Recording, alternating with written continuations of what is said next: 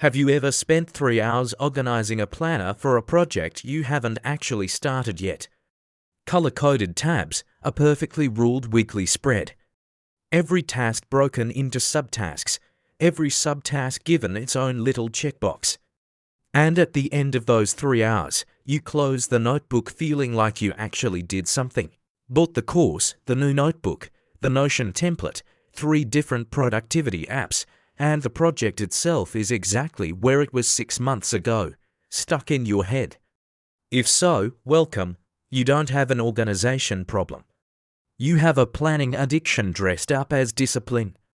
And over the next 10 days, I'm going to prove that to you in a way that's going to sting a bit. This is episode 1 of a 10-part series. Every video comes with a task. You don't sit back and watch, you leave here and do something today, before the next episode drops. Not at some point this week, today. That distinction matters more than it sounds like it should, and by the end of this video you'll understand exactly why. Today's topic is easy to explain and hard to accept. Planning fires the same reward circuit in your brain is actually doing the thing. Let me say that again, because it's the whole point of this video. Your brain doesn't distinguish that well between I plan to do the thing and I did the thing. Both release dopamine.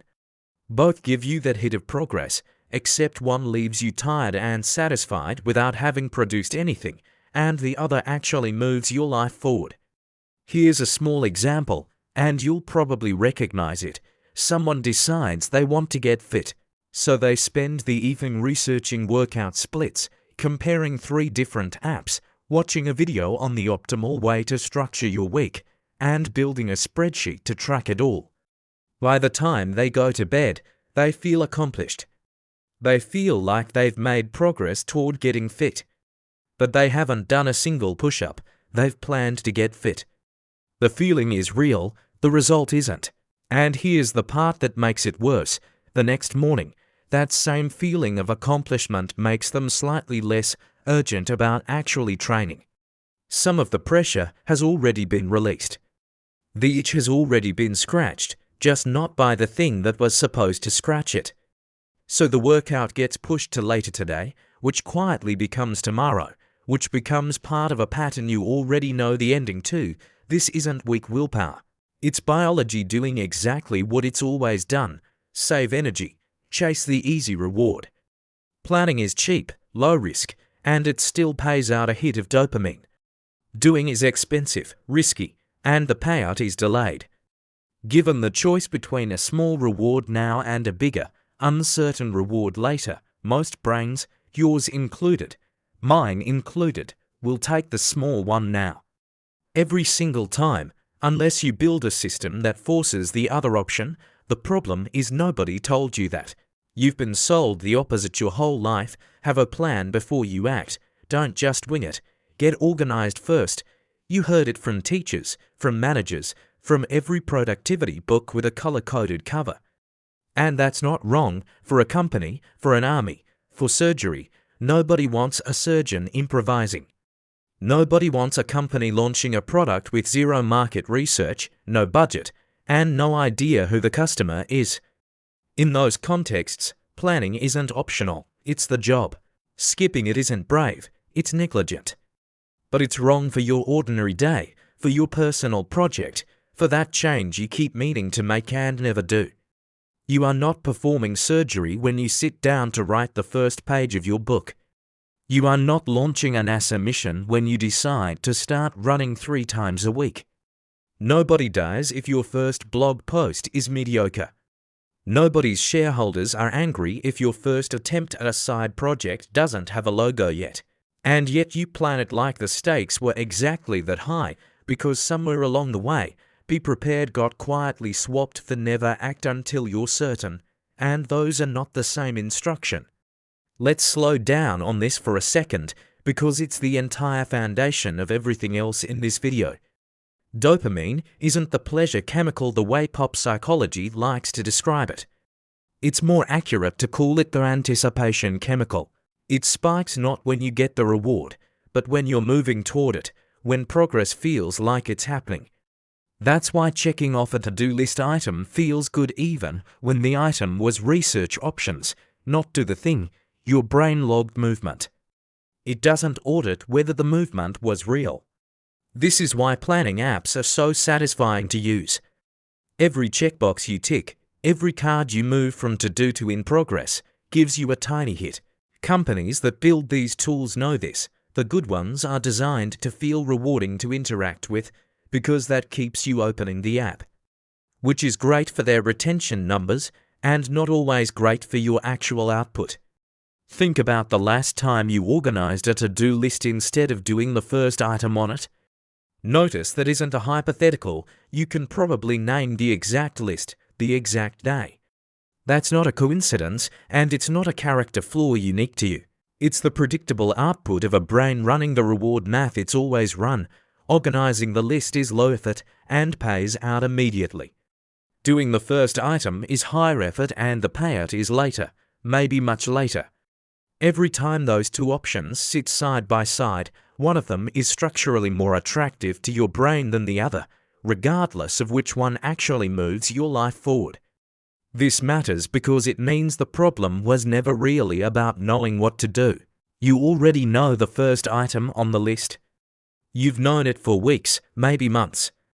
The problem is that your brain has a built-in bias toward the option that feels productive over the option that is productive, and nobody ever taught you to notice the difference in the moment it's happening.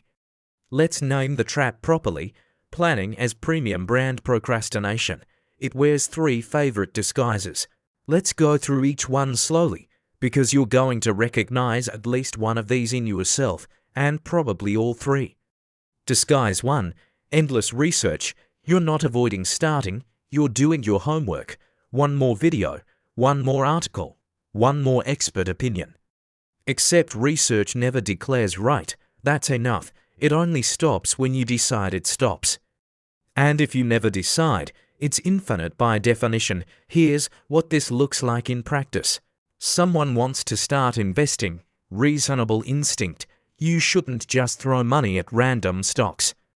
So they read one article about index funds, fine. Then a video comparing brokers, also fine. Then a forum thread debating whether now is a good time to enter the market. Then another video, this one about a completely different investment strategy that contradicts the first one they watched. Now they're not more informed, they're more confused, and they've spent for hours doing something that feels like progress, but has produced $0 invested. The internet makes this disguise almost bottomless. There is always one more article. Always a slightly more qualified expert with a slightly different opinion. Always a comment section pointing out an edge case you hadn't considered.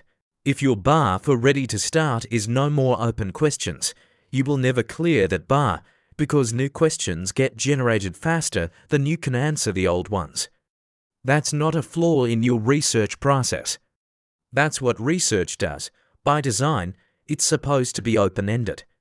Which is exactly why it's such a comfortable place to hide. Here's a second example, a bit closer to home for some of you. Someone wants to learn a new language. They download 3 apps, watch a video ranking the 5 best methods to learn a language fast, read a thread about whether immersion beats structured study, and bookmark to more videos for later. 2 weeks pass. They've watched perhaps 6 hours of content about learning the language. They have spoken 0 words of it out loud. The research felt like progress the whole time, right up until you ask the obvious question: how many actual words can you say? The tell is simple. If you can't point to a specific question you're still trying to answer, you're not researching anymore, you're stalling with your eyes open. A useful test: ask yourself, out loud if you have to, what exact piece of information am I missing that the next video is going to give me? If you can't answer that in one sentence, you already have enough to start, and the research has quietly become the procrastination. Disguise 2. The perfect system. Before you write, you need the right app. Before you train, you need the ideal routine. Before you launch a business, you need a validated business plan.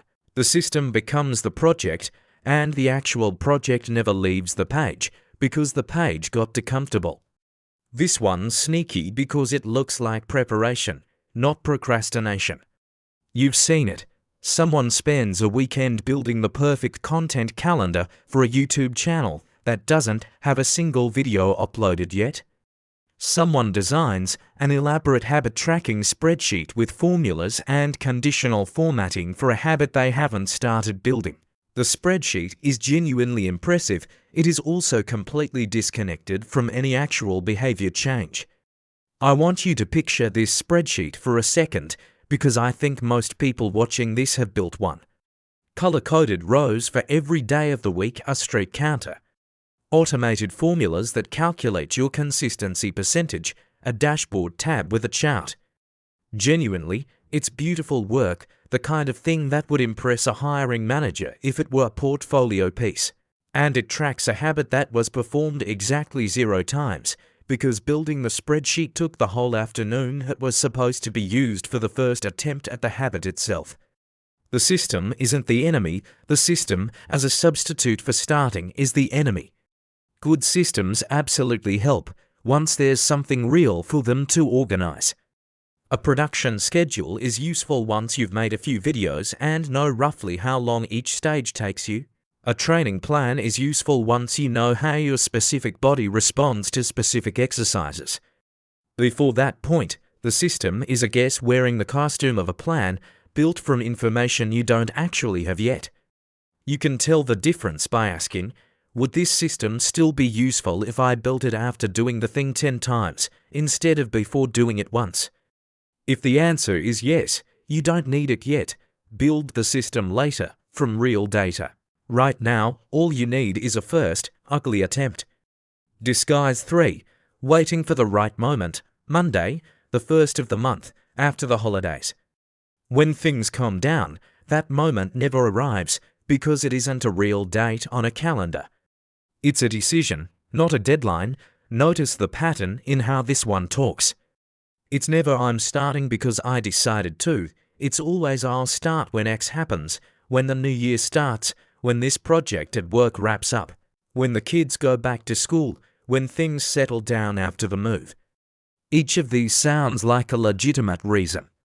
Each one, taken individually, seems fair enough. Of course, you can't start a new fitness routine in the middle of moving house. But stack enough of them together and you realize there is no year of your life without a when work calms down or a when the holidays are over. There's always a new project at work. There's always a next holiday season and a January right after it that somehow also doesn't count because you're still getting back into the swing of things. The calm moment is a myth you keep half believing because believing it lets you off the hook today, and today is the only day you're ever actually asked to act in. Here's a test for this one specifically. If you notice yourself saying I'll start on Monday, ask a follow-up question. What, precisely, is different about Monday? Not it feels like a fresh start. What is actually, structurally different about your Tuesday you compared to today you? Usually the honest answer is, nothing. The calendar page changed. Nothing about your circumstances, your energy, or your readiness changed with it. The date was never the obstacle. It just felt like a legitimate sounding reason to buy 5 more days. Notice something. None of these 3 look like laziness. All of them look like responsibility. That's exactly what makes them dangerous. They wear the costume of hard work. Someone watching you research for the 4th hour, or build your 7th spreadsheet, or talk about starting after the holidays, doesn't see procrastination. They see someone being careful, thorough, sensible. You fooled them. Worse, you fooled yourself, because from the inside, it genuinely feels like diligence. That's what makes premium brand procrastination so much harder to catch than the cheap kind. Nobody feels guilty scrolling social media for 3 hours. You know that's wasted time while it's happening. Almost nobody feels guilty researching for 3 hours.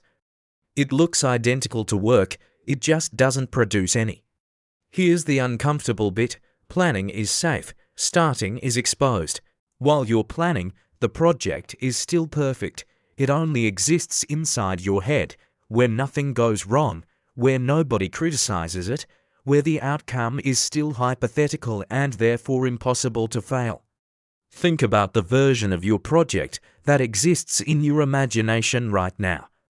The book is well written, the business has customers. The fitness routine has already changed your body. None of that is real yet, but it feels real because you've rehearsed it so many times in your head that it has the emotional weight of something that already happened. That imagined version never has an awkward first chapter. It never has a client who says no. It never has a first week where you're sore, discouraged, and tempted to quit. It's a highlight reel with none of the footage that would actually be required to earn it. The moment you start, the project becomes real. Real means it can be bad, it can be judged, it might not work. And that's when your brain understands exactly why it prefers to stay in the planning phase forever. There, you never lose. But you never win either. That's the part people skip over. Staying in the planning phase doesn't just protect you from failure, it also permanently blocks you from any actual result. You can plan the perfect version of your project for the rest of your life and it will never once pay you, publish you, get you fit, or change anything about your circumstances.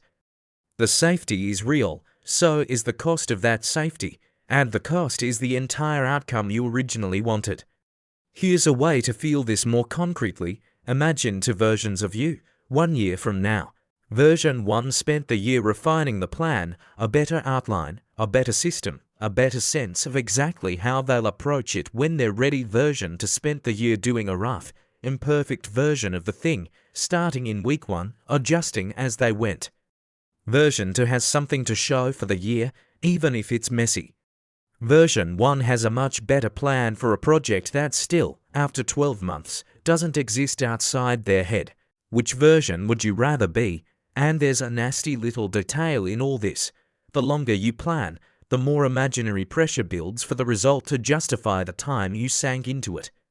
You spent 3 months preparing, now the first step has to be perfect, because you can't waste 3 months of prep on a shaky start. This is where a lot of ambitious, capable people get stuck the worst. It's not the person who never thinks about their goals who struggles here, it's the person who's thought about it constantly, prepared meticulously, and built up so much invisible pressure around doing it right that the first attempt now has to be flawless. Which means the bar for starting keeps rising instead of falling the longer you wait. 3 months of preparation doesn't make starting easier. It makes it feel like the stakes went up, because now there's a sunk cost attached to getting it right. That's a double trap. Overplanning doesn't just delay action, it inflates your fear of starting badly. You end up further from starting than you were when you began preparing, because now you're not just unstarted, you're unstarted and terrified of doing it wrong, carrying 3 months of invisible expectation into a first attempt that was always going to be rough no matter how long you waited. So what's the alternative? Chuck every plan out and act in total chaos? No, the turn is more subtle than that, and this is where most videos on this topic get it wrong.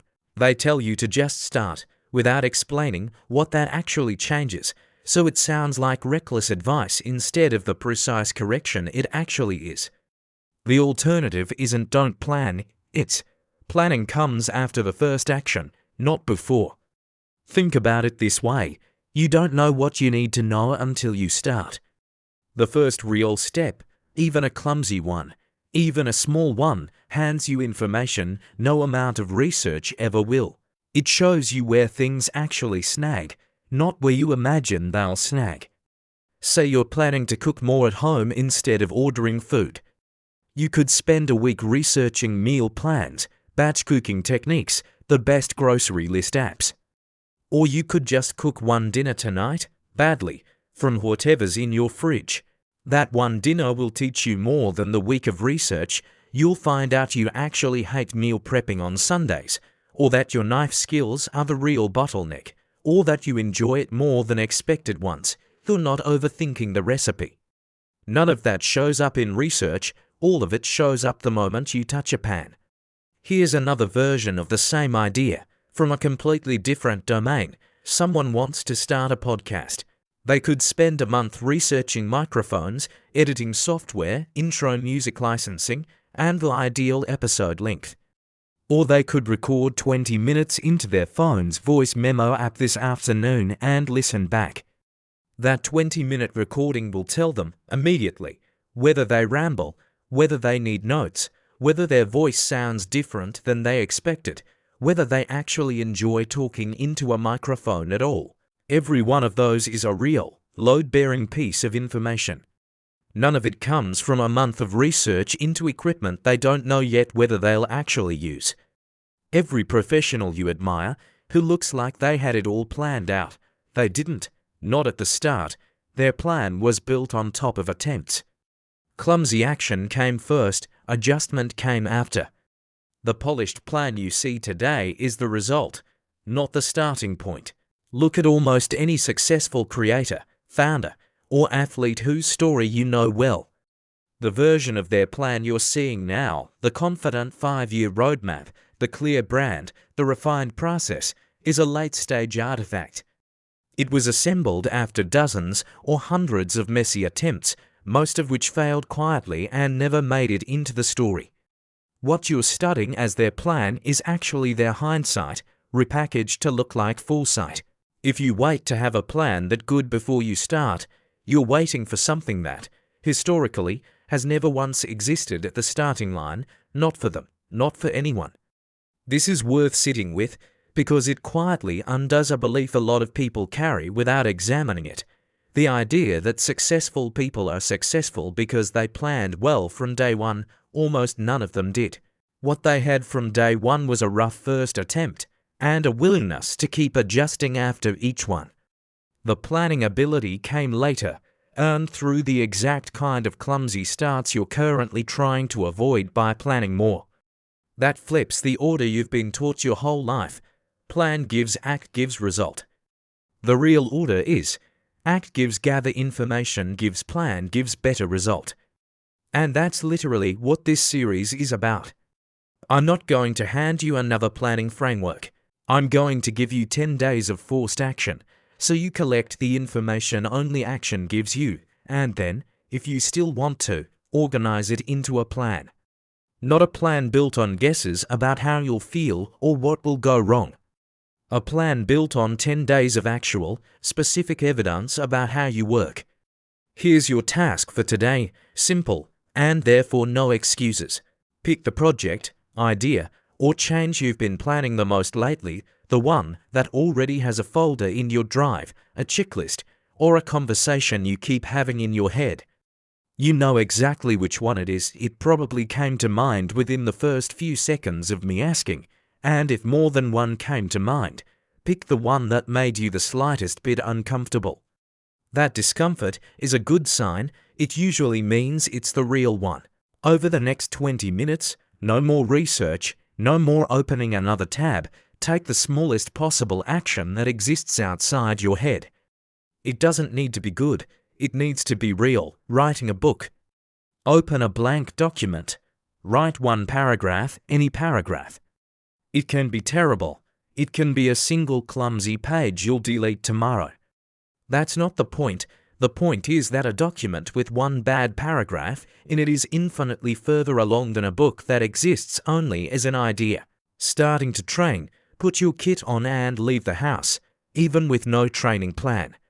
Walk, jog, whatever your body does for 20 minutes. The training plan can come next week, once you know something real about how your body responds, not before.